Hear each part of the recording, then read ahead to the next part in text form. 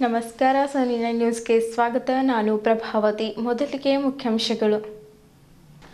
ರಾಷ್ಟ್ರೀಯ ಲೋಕ್ ಅದಾಲತ್ನಲ್ಲಿ 73,628 ಪ್ರಕರಣಗಳನ್ನು ಇತ್ಯರ್ಥಗೊಳಿಸಲಾಗಿದೆ ಎಂದು ಸುದ್ದಿಗೋಷ್ಠಿಯಲ್ಲಿ ನ್ಯಾಯಾಧೀಶ ಪ್ರಕಾಶ್ ಬನ್ಸೋಡೆ ತಿಳಿಸಿದ್ದರು. ಕರ್ನಾಟಕ ರಾಜ್ಯ ಅಂಗನವಾಡಿ ನೌಕರರ ಸಂಘ ಬೀದರ್ ಜಿಲ್ಲಾ ಸಮಿತಿ ವತಿಯಿಂದ 2 ದಿನಗಳ ಕಾಲ ಚಳಿಗಾಲದ ಅಧಿವೇಶನದ ಸಂದರ್ಭದಲ್ಲಿ ಬೆಳಗಾವಿಯಲ್ಲಿ ಮತ್ತು ಎಲ್ಲ ಜಿಲ್ಲಾ ಕೇಂದ್ರಗಳಲ್ಲಿ ವಿವಿಧ ಬೇಡಿಕೆಗಳನ್ನು ಆಗ್ರಹಿಸಿ ಪ್ರತಿಭಟನೆ ಹಮ್ಮಿಕೊಳ್ಳಲಾಗಿದೆ. ಶೋಷಿತ ಸಮುದಾಯದ ಮಹಾ ಒಕ್ಕೂಟ ಶಾಖೆ ಬೀದರ್ ವತಿಯಿಂದ ಕರ್ನಾಟಕದ ಎಲ್ಲ ಜಿಲ್ಲೆಗಳಲ್ಲಿ ಈ ಬೇಡಿಕೆಗಳನ್ನು ಈಡೇರಿಸಬೇಕೆಂದು ಮುಖ್ಯಮಂತ್ರಿಗಳಿಗೆ ಮನವಿ ಪತ್ರ ಸಲ್ಲಿಸಲಾಯಿತು. ಅನ್ನದಾಸೋಹದ ಜೊತೆಗೆ ಅಕ್ಷರ ದಾಸೋಹ ನೀಡಿದ ಹೆಗ್ಗಳಿಕೆ ಪೂಜ್ಯ ಶರಣಬಸಪ್ಪ ಅಪ್ಪ ಅವರಿಗೆ ಸಲ್ಲುತ್ತದೆ ಎಂದು ಪತ್ರಿಕಾಗೋಷ್ಠಿಯಲ್ಲಿ ಬಸವರಾಜ ದೇಶಮುಖ್ ತಿಳಿಸಿದ್ದರು. ಕೊತ್ತೂರು ಮಂಜುನಾಥರವರನ್ನ ಈ ಕೂಡಲೇ ಬಂಧಿಸಿ ಅವರ ಸದಸ್ಯತ್ವದಿಂದ ವಜಾಗೊಳಿಸಲು ಆಗ್ರಹಿಸಿ ರಾಜ್ಕುಮಾರ್ ಮೂಲಭಾರತಿ ಅವರ ನೇತೃತ್ವದಲ್ಲಿ ಮನವಿ ಪತ್ರ ಸಲ್ಲಿಸಿದ್ದರು. ಡಿಸೆಂಬರ್ 21ರಂದು ಜಿಲ್ಲಾಧ್ಯಕ್ಷರು, ಜಿಲ್ಲಾ ಖಜಾಂಚಿ ಮತ್ತು ರಾಜ್ಯ ಪರಿಷತ್ ಸದಸ್ಯರ ಚುನಾವಣೆ ನಿಗದಿಪಡಿಸಲಾಗಿದೆ ಎಂದು ಬಸವರಾಜ ಸ್ವಾಮಿ ಮಾಹಿತಿ ನೀಡಿದ್ದರು. ಸುದ್ದಿಯ ವಿವರಗಳು. ಡಿಸೆಂಬರ್ 14ರಂದು ಜಿಲ್ಲಾ ಕಾನೂನು ಸೇವೆಗಳ ಪ್ರಾಧಿಕಾರ ಬೀದರ್ ಜಿಲ್ಲೆಯ ಎಲ್ಲ ನ್ಯಾಯಾಲಯಗಳಲ್ಲಿ ಹಮ್ಮಿಕೊಂಡಿದ್ದ ರಾಷ್ಟ್ರೀಯ ಲೋಕ್ ಅದಾಲತ್ನಲ್ಲಿ 73,628 ಪ್ರಕರಣಗಳನ್ನು ಇತ್ಯರ್ಥಗೊಳಿಸಿ ಒಟ್ಟು 23,46,28,647 ರೂಪಾಯಿಗಳ ಪರಿಹಾರವನ್ನು ಕಕ್ಷಿದಾರರಿಗೆ ಒದಗಿಸಲಾಗಿದೆ ಎಂದು ಬೀದರ್ ಹಿರಿಯ ಸಿವಿಲ್ ನ್ಯಾಯಾಧೀಶರು ಹಾಗೂ ಜಿಲ್ಲಾ ಕಾನೂನು ಸೇವೆಗಳ ಪ್ರಾಧಿಕಾರದ ಸದಸ್ಯ ಕಾರ್ಯದರ್ಶಿಗಳಾದ ಪ್ರಕಾಶ್ ಬನ್ಸೋಡೆ ತಿಳಿಸಿದ್ದರು. ಅವರು ಇಂದು ಜಿಲ್ಲಾ ಕಾನೂನು ಸೇವೆಗಳ ಪ್ರಾಧಿಕಾರದ ಸಭಾಂಗಣದಲ್ಲಿ ಕರೆದ ಪತ್ರಿಕಾಗೋಷ್ಠಿಯಲ್ಲಿ ಮಾಹಿತಿ ನೀಡಿದ್ದರು. ಸದರಿ ಲೋಕ್ ಅದಾಲತ್ನಲ್ಲಿ 10,191 ಪೆಂಡಿಂಗ್ನಲ್ಲಿನ ಪ್ರಕರಣಗಳನ್ನು ಇತ್ಯರ್ಥಗೊಳಿಸಲು 13,16,69,342 ರೂಪಾಯಿ ವಸೂಲಾತಿ ಮತ್ತು ಪರಿಹಾರ ಒದಗಿಸಲಾಗಿದೆ ಹಾಗೂ ಜಿಲ್ಲೆಯಾದ್ಯಂತ ಒಟ್ಟು 63,437 ವೆಚ್ಚಪೂರ್ವ ಪ್ರಕರಣಗಳನ್ನು ಇತ್ಯರ್ಥಗೊಳಿಸಲಾಗಿದ್ದು 10,26,59,305 ರೂಪಾಯಿ ವಸೂಲಾತಿ ಮತ್ತು ಪರಿಹಾರ ಒದಗಿಸಲಾಗಿದೆ. ಅದೇ ರೀತಿ ವೈವಾಹಿಕ ವೆಚ್ಚವನ್ನು ಇತ್ಯರ್ಥಪಡಿಸಿ ಸದಾನಂದ ಮೂಲಕದ 3 ಜೋಡಿ ದಂಪತಿಗಳನ್ನು ರಾಜಿ ಸಂಧಾನದ ಮೂಲಕ ಒಂದಾಗಿರುತ್ತಾರೆ ಎಂದರು. ರಾಷ್ಟ್ರೀಯ ಕಾನೂನು ಸೇವಾ ಪ್ರಾಧಿಕಾರ ನವದೆಹಲಿ ಇವರ ನಿರ್ದೇಶನದ ಮೇರೆಗೆ ಜಿಲ್ಲಾ ಕಾನೂನು ಸೇವಾ ಪ್ರಾಧಿಕಾರ ಬೀದರ್ ವತಿಯಿಂದ ಜಿಲ್ಲೆಯ ಎಲ್ಲ ನ್ಯಾಯಾಲಯಗಳಲ್ಲಿ ದಿನಾಂಕ 14/12/2024ರಂದು ರಾಷ್ಟ್ರೀಯ ಲೋಕ್ ಅದಾಲತನ್ನು ಹಮ್ಮಿಕೊಳ್ಳಲಾಗಿತ್ತು. ಸದರಿ ಲೋಕ್ ಅದಾಲತ್ನಲ್ಲಿ ಜಿಲ್ಲೆಯಾದ್ಯಂತ ಒಟ್ಟು 73,628 ಪ್ರಕರಣಗಳನ್ನು ಲೋಕ್ ಅದಾಲತ್ನಲ್ಲಿ ಇತ್ಯರ್ಥಪಡಿಸಲಾಗಿದೆ ಮತ್ತು ಸದರಿ ಲೋಕ್ ಅದಾಲತ್ನಲ್ಲಿ 3,43,28,646 ರೂಪಾಯಿಗಳ ಪರಿಹಾರವನ್ನು ಕಕ್ಷಿದಾರರಿಗೆ ಒದಗಿಸಲಾಗಿದೆ. ಸದರಿ 73,628 ಪ್ರಕರಣಗಳಲ್ಲಿ ನ್ಯಾಯಾಲಯದಲ್ಲಿ ಬಾಕಿ ಇರುವ ಪ್ರಕರಣಗಳು 10,191 ಪ್ರಕರಣಗಳನ್ನು ಇತ್ಯರ್ಥಪಡಿಸಲಾಗಿದೆ ಹಾಗೂ 13,16,69,342 ವಸೂಲಾತಿ ಮತ್ತು ಪರಿಹಾರವನ್ನು ಕಕ್ಷಿದಾರರಿಗೆ ಒದಗಿಸಲಾಗಿದೆ. ಜಿಲ್ಲೆಯಾದ್ಯಂತ ಒಟ್ಟು 63,437 ವ್ಯಾಜ್ಯಪೂರ್ವ ಪ್ರಕರಣಗಳನ್ನು ಸದರಿ ಲೋಕ್ ಅದಾಲತ್ನಲ್ಲಿ ಇತ್ಯರ್ಥಪಡಿಸಲಾಗಿದೆ ಮತ್ತು ಜಿಲ್ಲೆಯಾದ್ಯಂತ ಲೋಕ್ ಅದಾಲತ್ನಲ್ಲಿ ವೈವಾಹಿಕ ಪ್ರಕರಣಗಳನ್ನು 3 ಜೋಡಿ ದಂಪತಿಗಳನ್ನು ರಾಜ್ಯ ಸಂಧಾನದ ಮೂಲಕ ಒಂದು ದಂಪತಿಗಳನ್ನು ಒಂದುಗೂಡಿಸಿದ್ದೇವೆ ಮತ್ತು ಸದರಿ ಲೋಕ್ ಅದಾಲತ್ನಲ್ಲಿ ಎಲ್ಲ ಪ್ರಕರಣಗಳನ್ನು ಇತ್ಯರ್ಥಗೊಳಿಸಲು ಸಹಕರಿಸಿದ ಎಲ್ಲ ಇಲಾಖೆಯ ಅಧಿಕಾರಿಗಳಿಗೂ ಮತ್ತು ಜಿಲ್ಲೆಯಾದ್ಯಂತ ಹೆಚ್ಚಿನ ಪ್ರಚಾರಗಳನ್ನು ಕೈಗೊಂಡ ಪತ್ರಿಕಾ ಮಾಧ್ಯಮದವರಿಗೂ ಈ ಒಂದು ಜಿಲ್ಲಾ ಕಾನೂನು ಸೇವಾ ಪ್ರಾಧಿಕಾರದ ಮೂಲಕ ಅಭಿನಂದನೆಗಳನ್ನು ಸಲ್ಲಿಸುತ್ತೇನೆ. ರಾಷ್ಟ್ರೀಯ ಕಾನೂನು ಸೇವೆಗಳ ಪ್ರಾಧಿಕಾರ ನವದೆಹಲಿ ಇವರ ಒಂದು ನಿರ್ದೇಶನದ ಮೇರೆಗೆ ಜಿಲ್ಲಾ ಕಾನೂನು ಸೇವಾ ಪ್ರಾಧಿಕಾರ ಬೀದರ್ ವತಿಯಿಂದ ಬೀದರ್ ಜಿಲ್ಲೆಯ ಎಲ್ಲ ನ್ಯಾಯಾಲಯಗಳಲ್ಲಿ ದಿನಾಂಕ 14/12/2024ರಂದು ರಾಷ್ಟ್ರೀಯ ಲೋಕ್ ಅದಾಲತನ್ನು ಹಮ್ಮಿಕೊಳ್ಳಲಾಗಿತ್ತು. ಸದರಿ ಲೋಕ್ ಅದಾಲತ್ನಲ್ಲಿ ಜಿಲ್ಲೆಯಾದ್ಯಂತ ಒಟ್ಟು 73,628 ಪ್ರಕರಣಗಳನ್ನು ಸದರಿ ಲೋಕ್ ಅದಾಲತ್ನಲ್ಲಿ ಇತ್ಯರ್ಥಗೊಳಿಸಲಾಗಿದೆ ಹಾಗೂ ರೂಪಾಯಿ 23,43,28,647 ರೂಪಾಯಿಗಳನ್ನು ಪರಿಹಾರವನ್ನು ಕಕ್ಷಿದಾರರಿಗೆ ಒದಗಿಸಲಾಗಿದೆ. ಸದರಿ 73,628 ಪ್ರಕರಣಗಳಲ್ಲಿಯ ನ್ಯಾಯಾಲಯದಲ್ಲಿ ಬಾಕಿ ಇರತಕ್ಕಂಥ 10,191 ಪೆಂಡಿಂಗ್ ಪ್ರಕರಣಗಳನ್ನು ಇತ್ಯರ್ಥಗೊಳಿಸಲಾಗಿದ್ದು ನ್ಯಾಯಾಲಯದಲ್ಲಿ 13,16,69,342 ರೂಪಾಯಿಗಳನ್ನು ವಸೂಲಾತಿ ಮತ್ತು ಪರಿಹಾರವನ್ನು ಕಕ್ಷಿದಾರರಿಗೆ ಒದಗಿಸಲಾಗಿದೆ ಹಾಗೂ ಜಿಲ್ಲೆಯಾದ್ಯಂತ 63,437 ವ್ಯಾಜ್ಯಪೂರ್ವ ಪ್ರಕರಣಗಳನ್ನು ಸದರಿ ಲೋಕ ಅದಾಲತ್ನಲ್ಲಿ ಇತ್ಯರ್ಥಗೊಳಿಸಲಾಗಿದೆ. ಅದರಂತೆ 10,26,59,305 ರೂಪಾಯಿಗಳನ್ನು ವಸೂಲಾತಿ ಮತ್ತು ಪರಿಹಾರವನ್ನು ಒದಗಿಸಲಾಗಿದೆ. ಮತ್ತು ಸದರಿ ವ್ಯಾಜ್ಯಪೂರ್ವ ಪ್ರಕರಣಗಳಲ್ಲಿ ಬಾಕಿ ಇರುವ ಪ್ರಾಪರ್ಟಿ ಟ್ಯಾಕ್ಸ್ಗಳನ್ನು, ನೀರಿನ ಕರ ಕುರಿತು ಸರ್ಕಾರಕ್ಕೆ ಒಂದು ವಸೂಲಾತಿಯನ್ನು ನಾವು ಪ್ರಾಧಿಕಾರ ವತಿಯಿಂದ ಒದಗಿಸಲಾಗಿದೆ. ಮತ್ತು ಜಿಲ್ಲೆಯಾದ್ಯಂತ ಸದರಿ ಲೋಕ ಅದಾಲತ್ನಲ್ಲಿ ವೈವಾಹಿಕ ವ್ಯಾಜ್ಯ ಪ್ರಕರಣಗಳು ಇತ್ಯರ್ಥಗೊಳಿಸಿ ರಾಜ್ಯ ಸಂಧಾನದ ಮೂಲಕ 3 ದಂಪತಿಗಳನ್ನು ಸದರಿ ಲೋಕ ಅದಾಲತ್ನಲ್ಲಿ ಒಂದುಗೊಳಿಸಿದ್ದೇವೆ. ಮತ್ತು ಈ ಒಂದು ಲೋಕ ಅದಾಲತ್ನಲ್ಲಿ ಯಶಸ್ವಿಗೊಳಿಸಲು ಮತ್ತು ಹೆಚ್ಚಿನ ಸಂಖ್ಯೆಯಲ್ಲಿ ಪ್ರಕರಣಗಳನ್ನು ಇತ್ಯರ್ಥಗೊಳಿಸಲು ಸಹಕರಿಸಿದ ಎಲ್ಲ ಇಲಾಖೆ ಅಧಿಕಾರಿಗಳಿಗೂ ಹಾಗೂ ಜಿಲ್ಲೆಯಾದ್ಯಂತ ಹೆಚ್ಚಿನ ಪ್ರಚಾರ ಕೈಗೊಂಡ ಪತ್ರಿಕಾ ಮಾಧ್ಯಮದವರಿಗೂ ಕೂಡ ಈ ಒಂದು ಪ್ರಾಧಿಕಾರದ ಮೂಲಕ ಅಭಿನಂದನೆಗಳನ್ನು ಸಲ್ಲಿಸುತ್ತೇನೆ. ರಾಷ್ಟ್ರೀಯ ಕಾನೂನು ಸೇವಾ ಪ್ರಾಧಿಕಾರದ ನಿರ್ದೇಶನದ ಮೇರೆಗೆ ನಾವು ಕಳೆದ ವರ್ಷ ಒಟ್ಟು 4 ರಾಷ್ಟ್ರೀಯ ಲೋಕ ಅದಾಲತ್ಗಳನ್ನು ಹಮ್ಮಿಕೊಂಡಿದ್ದೇವೆ. ಮೊದಲನೇ ಒಂದು ಲೋಕ ಅದಾಲತನ್ನು ಮಾರ್ಚ್ ತಿಂಗಳಲ್ಲಿ ಹಮ್ಮಿಕೊಂಡಿದ್ದೆವು. ಹಾಗೂ 2ನೇ ಲೋಕ ಅದಾಲತನ್ನು ಜುಲೈ ತಿಂಗಳಲ್ಲಿ ಹಮ್ಮಿಕೊಂಡಿದ್ದೆವು. ಮತ್ತು 3ನೇ ಲೋಕ ಅದಾಲತನ್ನು ಸೆಪ್ಟೆಂಬರ್ ತಿಂಗಳಲ್ಲಿ ಹಮ್ಮಿಕೊಂಡಿದ್ದೆವು. ಇದು ಈ ವರ್ಷದ ಕೊನೆಯ ಲೋಕ ಅದಾಲತನ್ನು ದಿನಾಂಕ 14/12/24ರಂದು ಒಂದು ರಾಷ್ಟ್ರೀಯ ಲೋಕ ಅದಾಲತನ್ನು ಹಮ್ಮಿಕೊಂಡಿದ್ದೇವೆ. ಬೀದರ್ ನಗರದ ಅಂಬೇಡ್ಕರ್ ವೃತ್ತದ ಬಳಿ ಹಮ್ಮಿಕೊಂಡಿದ್ದ ಪ್ರತಿಭಟನೆ ವಿವಿಧ ಬೇಡಿಕೆಗಳಿಗೆ ಆಗ್ರಹಿಸಿ ಅಂಗನವಾಡಿ ಕೇಂದ್ರಗಳನ್ನು ಮೇಲ್ದರ್ಜೆಗೇರಿಸಿ ಐಸಿಡಿಎಸ್ ಪ್ರತ್ಯೇಕ ನಿರ್ದೇಶನಾಲಯ ಮಾಡಬೇಕೆಂದು ಆಗ್ರಹಿಸಿ ರಾಜ್ಯಾದ್ಯಂತ ಅಹೋರಾತ್ರಿ ಧರಣಿ ಹಮ್ಮಿಕೊಳ್ಳಲಾಗಿದೆ. 2 ದಿನಗಳ ಕಾಲ ಚಳಿಗಾಲದ ಅಧಿವೇಶನದ ಸಂದರ್ಭದಲ್ಲಿ ಬೆಳಗಾವಿಯಲ್ಲಿ ಮತ್ತು ಎಲ್ಲ ಜಿಲ್ಲಾ ಕೇಂದ್ರಗಳಲ್ಲಿ ಪ್ರತಿಭಟನೆ ಹಮ್ಮಿಕೊಳ್ಳಲಾಗಿದೆ. 2018ರಿಂದ ಕೇಂದ್ರ ಸರ್ಕಾರ ಯಾವುದೇ ಗೌರವಧನ ಹೆಚ್ಚಳ ಮಾಡಿಲ್ಲವಾದ್ದರಿಂದ ಕೇಂದ್ರ ಸರ್ಕಾರವು 26,000 ರೂಪಾಯಿಗಳಿಗೆ ಗೌರವಧನ ಹೆಚ್ಚಿಸಬೇಕು. ಸಹಾಯಕಿ ಇಲ್ಲದ ಅಂಗನವಾಡಿ ಕೇಂದ್ರಗಳಲ್ಲಿ ಟೇಕ್ ಹೋಮ್ ಕೊಡಬೇಕು. ಇಲ್ಲದಿದ್ದರೆ ತಾತ್ಕಾಲಿಕ ಸಹಾಯಕಿಯನ್ನು ನೇಮಕಾತಿ ಮಾಡಿಕೊಳ್ಳುವ ಅಧಿಕಾರ ಕಾರ್ಯಕರ್ತರಿಗೆ ಕೊಡಬೇಕೆಂದು ಜಿಲ್ಲಾಧಿಕಾರಿ ಕಚೇರಿ ಎದುರುಗಡೆ ಕಾರ್ಯಾಧ್ಯಕ್ಷರಾದ ಶ್ರೀದೇವಿ ಚೂಡೆ ಅವರ ನೇತೃತ್ವದಲ್ಲಿ ಈ ಪ್ರತಿಭಟನೆ ಹಮ್ಮಿಕೊಳ್ಳಲಾಯಿತು. ಶ್ರೀದೇವಿ ಚೂಡೆ ಅವರು ಮಾತನಾಡುತ್ತಾ, ಸಮಗ್ರ ಶಿಶು ಅಭಿವೃದ್ಧಿ ಯೋಜನೆ ಪ್ರಾರಂಭವಾಗಿ 50 ವರ್ಷಗಳು ಸಮೀಪಿಸುತ್ತಿದೆ. ಪಾಲನೆ, ಪೋಷಣೆ, ಶಿಕ್ಷಣ ಸಂವಿಧಾನಬದ್ಧ ಕರ್ತವ್ಯಗಳಿವೆ ಮತ್ತು 2013ರ ಆಹಾರ ಭದ್ರತಾ ಕಾಯ್ದೆ, 2009ರ ಕಡ್ಡಾಯ ಶಿಕ್ಷಣ ಕಾಯ್ದೆಯ ಕರ್ತವ್ಯಗಳನ್ನು ಶಾಸನಬದ್ಧವಾಗಿ ಸ್ಥಾಪಿಸಲ್ಪಟ್ಟ ಅಂಗನವಾಡಿ ಕೇಂದ್ರಗಳ ಮುಖಾಂತರ ಅಂಗನವಾಡಿ ಕಾರ್ಯಕರ್ತೆಯರು ಮತ್ತು ಸಹಾಯಕಿಯರು ಜಾರಿ ಮಾಡುತ್ತಿದ್ದಾರೆ. ಸುಪ್ರೀಂ ಕೋರ್ಟ್ ಮತ್ತು ಗುಜರಾತ್ ಹೈಕೋರ್ಟ್ಗಳು ಇವರನ್ನು 3 ಮತ್ತು 4 ಗ್ರೇಡ್ನ ನೌಕರರನ್ನಾಗಿ ಪರಿಗಣಿಸಲು ಜಂಟಿ ನಿಯಮಗಳನ್ನು ಕೇಂದ್ರ ಮತ್ತು ರಾಜ್ಯ ಸರ್ಕಾರಗಳು ರೂಪಿಸಬೇಕೆಂದು ತೀರ್ಪು ನೀಡಿದೆ ಮತ್ತು ಸುಪ್ರೀಂ ಕೋರ್ಟ್ 1972 ಗ್ಯಾಜೆಟಿ ಪಾವತಿ ಕಾಯ್ದೆಯಡಿ ಅರ್ಹರೆಂದು ತೀರ್ಪು ನೀಡಿದೆ ಎಂದು ಮಾತನಾಡುತ್ತಾ ಹೇಳಿದರು.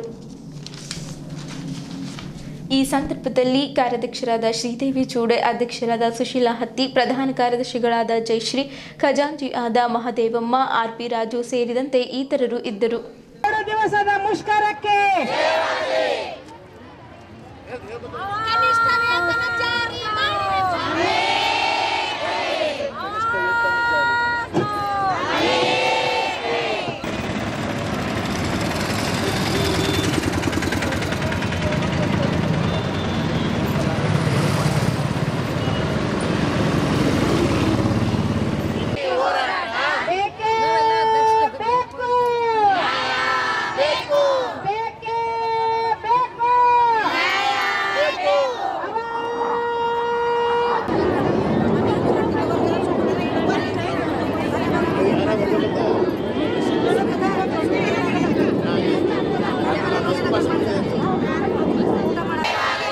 ಸಮಾನ ಕೆಲಸಕ್ಕೆ ಸಮಾನ ವೇತನ ಜಾರಿ ಮಾಡಿ, ಸಮಾನ ಕೆಲಸಕ್ಕೆ ಸಮಾನ ವೇತನ ಜಾರಿ ಮಾಡಿ, ಹಣ ಬಿಡುಗಡೆ ಆಗಲೇಬೇಕು, ಐಸಿಡಿಎಸ್ಗೆ ಕಾಯ್ದೆ ಆಗಲೇಬೇಕು, ಐಸಿಡಿಎಸ್ಗೆ ಕಾಯ್ದೆ ಆಗಲೇಬೇಕು, ಕನಿಷ್ಠ ವೇತನ 26 ರೂಪಾಯಿ ವೇತನ ಜಾರಿ ಮಾಡಲೇಬೇಕು, 6,000 ರೂಪಾಯಿ ವೇತನ ಜಾರಿ ಮಾಡಲೇಬೇಕು, ಕನಿಷ್ಠ ವೇತನ ನಮ್ಮಯ ಹಕ್ಕು, ಗ್ರ್ಯಾಚ್ಯುಟಿ ಹಣ ಬಿಡುಗಡೆ ಮಾಡಲೇಬೇಕು, ಗ್ರ್ಯಾಚ್ಯುಟಿ ಹಣ ಬಿಡುಗಡೆ ಮಾಡಲೇಬೇಕು. ರಾಜ್ಯ ಸಮಿತಿಯ ಕರೆ ಮೇರೆಗೆ ಡಿಸೆಂಬರ್ 17 ಮತ್ತು 18 2 ದಿವಸದ ಅಹೋರಾತ್ರಿ ಹೋರಾಟವನ್ನು ಹಮ್ಮಿಕೊಳ್ಳಬೇಕೆಂದು ಇಡೀ ರಾಜ್ಯಾದ್ಯಂತ ಹಮ್ಮಿಕೊಳ್ಳಲಾಗಿದೆ. ಮೂಲ ಉದ್ದೇಶಗಳು ಇವತ್ತಿನ ದಿವಸ ಮಕ್ಕಳಿಗೆ ಪೂರಕ ಪೌಷ್ಟಿಕ ಆಹಾರ ಬದ್ದು ಸಂಪೂರ್ಣದ ಆಹಾರ ಕೊಡಬೇಕೆಂದು ಒಂದು, ಇನ್ನೊಂದು ಗ್ರ್ಯಾಚ್ಯುಟಿ ಅನುದಾನ ಬಿಡುಗಡೆ ಮಾಡಬೇಕಂತ. ಇಡೀ ಒಂದು ಅಂಗನವಾಡಿ ಕಾರ್ಯಕರ್ತೆಯರು ಸುಮಾರು 40-42 ವರ್ಷಗಳಿಂದ ಕಾರ್ಯಕರ್ತೆಯರು ಕೆಲಸ ಮಾಡುತ್ತಿದ್ದಾರೆ. ಇವರು ಗ್ರ್ಯಾಚ್ಯುಟಿ ಹಣ ಕೊಡಲಿಲ್ಲ. ಸುಮಾರು 1972ರಲ್ಲಿ ಕಾಯ್ದೆ ಜಾರಿಯಾದ ಈ ಗ್ರ್ಯಾಚ್ಯುಟಿ ಹಣವನ್ನು ಕೊಟ್ಟಿದ್ದಾರೆ. ಅದರಂತೆ ನಮ್ಮ ಕರ್ನಾಟಕದಲ್ಲಿ ಸುಧಾ ಗ್ರ್ಯಾಚ್ಯುಟಿ ಹಣವನ್ನು ರಾಜ್ಯ ಸರ್ಕಾರ ಆದೇಶ ಮಾಡಿದೆ, ಹಣ ಬಿಡುಗಡೆ ಮಾಡಿಲ್ಲ. ಆ ಹಣ ಸಹ ಬಿಡುಗಡೆ ಮಾಡಬೇಕೆಂದು ವಿನಂತಿಸಿ, ಅದೇ ರೀತಿಯಾಗಿ ಕೇಂದ್ರ ಸರ್ಕಾರ ಸುಮಾರು 7 ವರ್ಷಗಳಿಂದ ನಮ್ಮ ಅಂಗನವಾಡಿ ಕಾರ್ಯಕರ್ತರಿಗೆ ಸಹಾಯಕರಿಗೆ ಗೌರವಧನ ಹೆಚ್ಚಳ ಮಾಡಲಿಲ್ಲ. ಅದಕ್ಕಾಗಿ ಕೇಂದ್ರ ಸರ್ಕಾರ ಸಹ ಗೌರವಧನ ಹೆಚ್ಚಳ ಮಾಡಬೇಕೆಂದು ವಿನಂತಿಸಿಕೊಳ್ತೇನೆ. ಹೀಗೆ ಕಾಂಗ್ರೆಸ್ ಸರ್ಕಾರ ನಮಗೆ ಚುನಾವಣೆ ಸಂದರ್ಭದಲ್ಲಿ ಪ್ರಣಾಳಿಕೆಯಲ್ಲಿ 15,000 ರೂಪಾಯಿ ಗೌರವಧನ ಕೊಡುತ್ತೇನೆಂದು ಭರವಸೆ ನೀಡಿ ನಮ್ಮಿಂದೆಲ್ಲ ನಾವು ಓಟು ಅವರಿಗೆ ಹಾಕಿ ಗೆಲ್ಲಿಸಿದ್ದೇವೆ. ಆಮೇಲೆ ನಮಗೆ ಒಂದು ಪಬ್ಲಿಕ್ ಸ್ಕೂಲ್ಗಳು ಓಪನ್ ಮಾಡಿ ಅವರು ಇಡೀ ಕಲ್ಯಾಣ ಕರ್ನಾಟಕದಲ್ಲಿ 1008 ಪಬ್ಲಿಕ್ ಸ್ಕೂಲ್ಗಳು ಓಪನ್ ಮಾಡಿದರು. ಆ ಓಪನ್ ಮಾಡಿದ ತರಾತುರಿಯಾಗಿ ನಾವು 20 ದಿವಸ ಹೋರಾಟ ಮಾಡಿ ಇಡೀ ನಾವು ಹೋರಾಟದ ಮುಖಾಂತರ ಇದು ಪಬ್ಲಿಕ್ ಸ್ಕೂಲನ್ನು ವಾಪಸ್ ಮಾಡ್ಲಿಕ್ಕೆ ಹಚ್ಚಿದ್ದೆವು. ಆದರೆ ಇಡೀ ರಾಜ್ಯ ಮಟ್ಟದಲ್ಲಿ ಹೋರಾಟ ಮಾಡಿ ರಾಜ್ಯದಲ್ಲಿ ಗೌರ್ಮೆಂಟ್ ಮಾಂಟಿಸರಿ ಸ್ಕೂಲ್ ಮಾಡಬೇಕು ಅಂತ ಕೇಂದ್ರದ ನಮ್ಮ ಸಚಿವರು ಹೇಳಿದರು. ಇಡೀ 1200 ಅಂಗನವಾಡಿ ಕೇಂದ್ರಗಳು ಮಾಂಟಿಸರಿ ಅಂಗನವಾಡಿ ಕೇಂದ್ರಗಳಾಗಿ ಬೆಂಗಳೂರಿನಲ್ಲಿ ಮಾಡಿದ್ದಾರೆ. ಅದೇ ರೀತಿಯಾಗಿ ಹಂತ ಹಂತವಾಗಿ ಇಡೀ ರಾಜ್ಯವ್ಯಾಪ್ತಿ ಪಬ್ಲಿಕ್ ಸ್ಕೂಲ್ ಮಾಡ್ತೇವೆ ಅಂತ ಸರ್ಕಾರ ನಾವು ಮಾತು ಕೊಟ್ಟದ. ಇನ್ನೊಂದು 15,000 ರೂಪಾಯಿ ಕೊಡ್ತೇವೆ ಅಂತ ಹೇಳಿದ. ಅದಕ್ಕಾಗಿ ಮಾಂಟಿಸರಿ ಆಗಬೇಕು. ನಮ್ಮವರು ಮಾಂಟಿಸರಿಗೆ ಅರ್ಹರು ಇಲ್ಲ ಅಂತ ಅನ್ಬೋದು. ಆದರೆ ನಮ್ಮವರೆಲ್ಲ PUC BA BCom degree MSW ಮಾಡಿದ್ದಾರೆ. ಅವರಿಗೆಲ್ಲರೂ ಅರ್ಹರು. ಅದಕ್ಕೆ ಮಾಂಟಿಸರಿ ಅಂಗನವಾಡಿ ಕೇಂದ್ರಗಳು ಮಾಡಬೇಕು. ಮಾಡದೇ ಇದ್ದರೆ ಮುಂದಿನ ದಿನಗಳಲ್ಲಿ ಒಂದು ಉಗ್ರ ಹೋರಾಟ ಸಹ ರಾಜ್ಯ ಮಟ್ಟಕ್ಕೂ ಹಾಕ್ಬೋದು. ಆದರೆ ನಾವು ರಾಷ್ಟ್ರ ಮಟ್ಟಕ್ಕೂ ಸಹ ಹಾಕ್ಬೋದು. ಈ 3 ಬೇಡಿಕೆಗಳು ಸಹ ಈಗ 2 ದಿವಸ ಅಹೋರಾತ್ರಿಯಲ್ಲಿ ನಿವಾರಣೆ ಆಗಬೇಕು. ನಮಗೆ 26,000 ರೂಪಾಯಿ ಪಗಾರ ಬೇಕು. ನೀವು ಹೇಳಿದಂತೆ ನಡೀರಿ, ನುಡಿದಂತೆ ನಡೀರಿ. ಕಾಂಗ್ರೆಸ್ ಸರ್ಕಾರ ನಮಗೆ ಏನು ಹೇಳಿದೆ, ಅಂಗನವಾಡಿದವರಿಗೆ ಎಲ್ಲರಿಗೆ ಸಂಬಳ ಹೆಚ್ಚಿಗೆ ಮಾಡ್ತೀವಿ, ಎಲ್ಲರಿಗೆ ಏನಪ್ಪ ಪೆರ್ಮಿಟ್ ಮಾಡ್ತೀವಿ ಅಂತೇಳಿ ಹೇಳಿದದ. ಆ ರೀತಿ ನೀವು ಹೇಳಿದಂತೆ ನಡಿಬೇಕಲ್ಲ. ನಾವು ಅಂಗನವಾಡಿದವರು ಎಲ್ಲರೂ ಏನಪ್ಪ ಅಂದ್ರೆ ಒಂದೇ ಮಾತಾಡಿಕೊಂಡು ನಿಮಗೆ ಓಟ್ ಹಾಕಿ ಗೆಲ್ಲಿಸಿದ್ವಿ. ನಮಗೆ ಒಳ್ಳೆಯ ರೀತಿಯಿಂದ ಏನಪ್ಪ ಅಂದ್ರೆ ನಮ್ಮ ಪಗಾರ ಹೆಚ್ಚಿಗೆ ಮಾಡ್ತೀರಿ, ನಮಗೆಲ್ಲರಿಗೆ ಪೆರ್ಮಿಟ್ ಮಾಡ್ತೀರಿ ಅಂತೇಳಿ ಒಂದು ಆಸೆಯನ್ನು ಇಟ್ಕೊಂಡು ಏನಪ್ಪ ಅಂದ್ರೆ ನಾವು ಘೋಷಣೆಯನ್ನು ಎಲ್ಲರಿಗೂ ಹೇಳಿ ನಮ್ಮ ಅಂಗನವಾಡಿ ಅಕ್ಕ ತಂಗರಿ ಎಲ್ಲರಿಗೆ ರಾಜ್ಯ ತುಂಬ ಎಲ್ಲರಿಗೂ ಹೇಳಿ ಏನಪ್ಪ ಅಂದ್ರೆ ನಮ್ಮ ಹೋರಾಟ ಗೆದ್ದ ತನಕ, ನಮ್ಮ ಬೇಡಿಕೆ ನಿರ್ವಹಿಸಿದ ತನಕ ನಿಮ್ಮ ಆಫೀಸ್ ಮುಂದೆ ಕೊಡ್ತೀವಿ ನಮ್ಮ ಅದನ್ನು ಹೇಳಿಕೊಂಡು ಇನ್ಕಿಲಾಬ್ ಜಿಂದಾಬಾದ್, ಇನ್ಕಿಲಾಬ್ ಜಿಂದಾಬಾದ್. ಗುಜರಾತ್ ಕೋರ್ಟು ನಮಗೆ ಪರ್ಮಿಟ್ ಮಾಡ್ಬೇಕಂತ ಹೇಳಿ ತೀರ್ಪು ಕೊಟ್ಟದ. ಗುಜರಾತ್ ಕೋರ್ಟ್ ಕೊಟ್ರ ನಮ್ಮ ಕರ್ನಾಟಕ ಸರ್ಕಾರ ಮಾಡ್ತಾ ಇಲ್ಲ. ಹಾಗಾಗಿ ಮೊದಲು ಬಿ ಗ್ರ್ಯಾಚ್ಯುಟಿ ಕೊಡ್ತೇನೆ ಅಂತ ಹೇಳಿ ಗುಜರಾತ್ ಕೋರ್ಟೇ ತೀರ್ಪು ಕೊಟ್ಟದ. ನಾವು ಬೆಂಗಳೂರದಾಗ 10 ದಿನ ಕುಂತು ಗ್ರ್ಯಾಚ್ಯುಟಿ ಆದೇಶ ನಾವು ಪಡ್ಕೊಂತೇವೆ. CAT ಸಂಘಟನೆ ಪಡ್ಕೊಂಡದ. ಅದೇ ರೀತಿ ಈಗ ಪರ್ಮಿಟ್ ಮಾಡ್ಬೇಕಂತ ಹೇಳಿ ಕೊಟ್ಟದ. ಅದಕ್ಕೆ ನಾವು ನಮ್ಮ ಅಂಗನವಾಡಿ ಕಾರ್ಯಕರ್ತೆ ಸಹಾಯಕರಿಗೆಲ್ಲ ಪರ್ಮನೆಂಟ್ ಮಾಡಬೇಕು. ಯಾಕಂದ್ರೆ ನಾವು ಮಾಳತಿ 1975ರಿಂದ ಸ್ಟಾರ್ಟ್ ಆಗ್ಯದ. ಮುಂದಿನ ವರ್ಷಕ್ಕೆ 50 ವರ್ಷ ಪೂರ್ತಿ ಆಯ್ತದ. ಆದ್ರೆ ಕೇವಲ ಗೌರವಧನನೇ ಕೊಡ್ತಾರೆ. ನಮಗೆ 11,500 ಬಿಟ್ಟು ಮತ್ತೆ ಹೆಚ್ಚಿಗೆ ಕೊಡೋರು. ದಂಧೆ ಆದ್ರೆ ಈಟ್ ತಗೋತಾರ. ಆ ಫೋನಿನಾಗರ ನಮಗೆ ಸಾಕಾಗ್ಲತ್ತದ. ನಿಮ್ಗೆ ಏನು ಹೇಳ್ಯಾರಿ, ಆ ಕೂಸಿಗ್ರಿ ಎದಕ್ಕೆ ಬರೋದು ಹಿಟ್ಟದ, ಅದ್ರಾಗೇನು ಸಕ್ರೆ ಇಲ್ಲ ಏನಿಲ್ಲ. ಅದು ಕೊಡ್ಬೇಕಿಲ್ಲ ನ್ಯೂಟ್ರಿಮಿಕ್ಸು. ಅದು ಎದಕ್ಕೆ ಭೀ ಬರೋದು. ಅದು 2 ಕಿಲೋ ಕಡೆದು 2 kg 500 ಗ್ರಾಮ್ ಕೊಡೋದ. ಅದು ಸಲದು ಕೂಸಿನ ತಾಯಿ ಬಂದು ಫೋಟೋ ತೆಗಿಬೇಕು. ಫೋನಿನ ಮುಂದೆ ನಿಂತು ಫೋಟೋ ತೆಗ್ದು ಅದು ಒಟ್ಟು ಫೋಟೋ ಆಗಲ್ಲ ಹೊಂಟದು. ಒಂದಿನ ಬೆಟ್ಟು ಬೇಗನಾದ್ರೆ ಭೀ ಆಗಲ್ಲ. ನೌಕರಿ ಹೆಂಗೆ ಮಾಡ್ರಿ ನಾವು. ನಮ್ಗಾರ ಅದು ಪೋಷನ್ ಟ್ರ್ಯಾಕರ್ ವಜ್ಜೆ ಆಗ್ಯದ. ಅದು ಏನು ಫೋಟೋ ಇಳಿಸದ. ಆ ಸಿದ್ದರಾಮಯ್ಯ ಸರ್ಕಾರಕ್ಕೆ ನಾವು ಎಲ್ಲರ ಕಡೆದೇ ಮನವಿ ಅದ. ಫೋಟೋ ಬ್ಯಾಡ, ಕೊಡ್ತೇವು, ಸೈನ್ ತಗೋತೇವು, ಹಿಂಗೆ ಕೂಡಿಸಿ ಫೋಟೋ ತಗೋತೇವು. ಅದು ಫೋಟೋ ಕ್ಯಾಪ್ಚರ್ ಅಂತ ಹೊಂಟತ್ತಮ್ಮ. ಅದು ನಮ್ಮ ಆಫೀಸರ್ ಬಂದು ನಮ್ಮ ಟೀಚರಿಗೆ ಫೋಟೋ ತೆಕ್ಕೊಂಡ್ರೆ ಒಂದಿನ ಬೆಟ್ಟು ಬೇಗನ ಹೋಗ್ಯದ. ಮೀಟಿಂಗ್ ಒಂದಿನ ಬೆಟ್ಟು ಬೇಗನ ಹೋಗ್ಯದ. ಮತ್ತು ಇನ್ನು ಕೂಸಿನ ತಾಯಿದಾರೆ ನಮ್ಮಲ್ಲಿ 50 ಮಕ್ಕಳು ಇರ್ತಾವೆ. 50 ಕೂಸಿನ ತಾಯಿದಾರಿಗೆ ನಾವು ಎಲ್ಲಿಂದ ಹೆಂಗೆ ತಗೋಬೇಕು, ಅದೊಂದು ಭಾಳ ಕಷ್ಟ ಆಗ್ಯದ ನಮಗೆ. ಬಾಬಾ ಸಾಹೇಬ್ ಅಂಬೇಡ್ಕರ್ ಅವರು ಬರೆದಿರುವ ಸಂವಿಧಾನದಲ್ಲಿ ಆರ್ಟಿಕಲ್ 340 ಪ್ರಕಾರ ದೇಶದಲ್ಲಿ ಸಾಮಾಜಿಕವಾಗಿ ಹಾಗೂ ಶೈಕ್ಷಣಿಕವಾಗಿ ಹಿಂದುಳಿದವರಾಗಿದ್ದರೂ ಅಥವಾ ಕಾನೂನು ಕಾಲವರ್ಷದಲ್ಲಿ ತುಳಿತಕ್ಕೆ ಒಳಗಾಗಿ ಶೋಷಣೆಗೊಳಪಟ್ಟಿದ್ದಾರೋ ಅವರಿಗೆ ಹಿಂದುಳಿದ ವರ್ಗಗಳ ಆಯೋಗವನ್ನು ರಚನೆ ಮಾಡಿ ಆ ಮೂಲಕ ಅವರು ನಿಜವಾಗಿಯೂ ಹಿಂದುಳಿದ ವರ್ಗಕ್ಕೆ ಸೇರಲ್ಪಟ್ಟಿದ್ದರೆ ಅಂತವರಿಗೆ ಹಿಂದುಳಿದ ವರ್ಗದ ಮೀಸಲಾತಿಯನ್ನು ನೀಡಬೇಕೆಂದು ಹೇಳಲಾಗಿದೆ.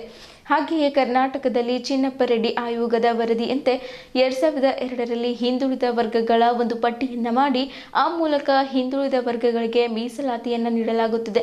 2016ರಲ್ಲಿ ಮಾನ್ಯ ಮುಖ್ಯಮಂತ್ರಿಗಳಾದ ತಾವುಗಳು 1931ರ ನಂತರ ಇಡೀ ಭಾರತ ದೇಶದಲ್ಲಿ ಯಾವುದೇ ರಾಜ್ಯವೂ ಸಹ ಜಾತಿವಾರು ಜನಗಣತಿಯನ್ನು ಮಾಡಿರುವುದಿಲ್ಲ ಎಂದು ಮಾತನಾಡುತ್ತಾ ಹೇಳಿದ್ದರು.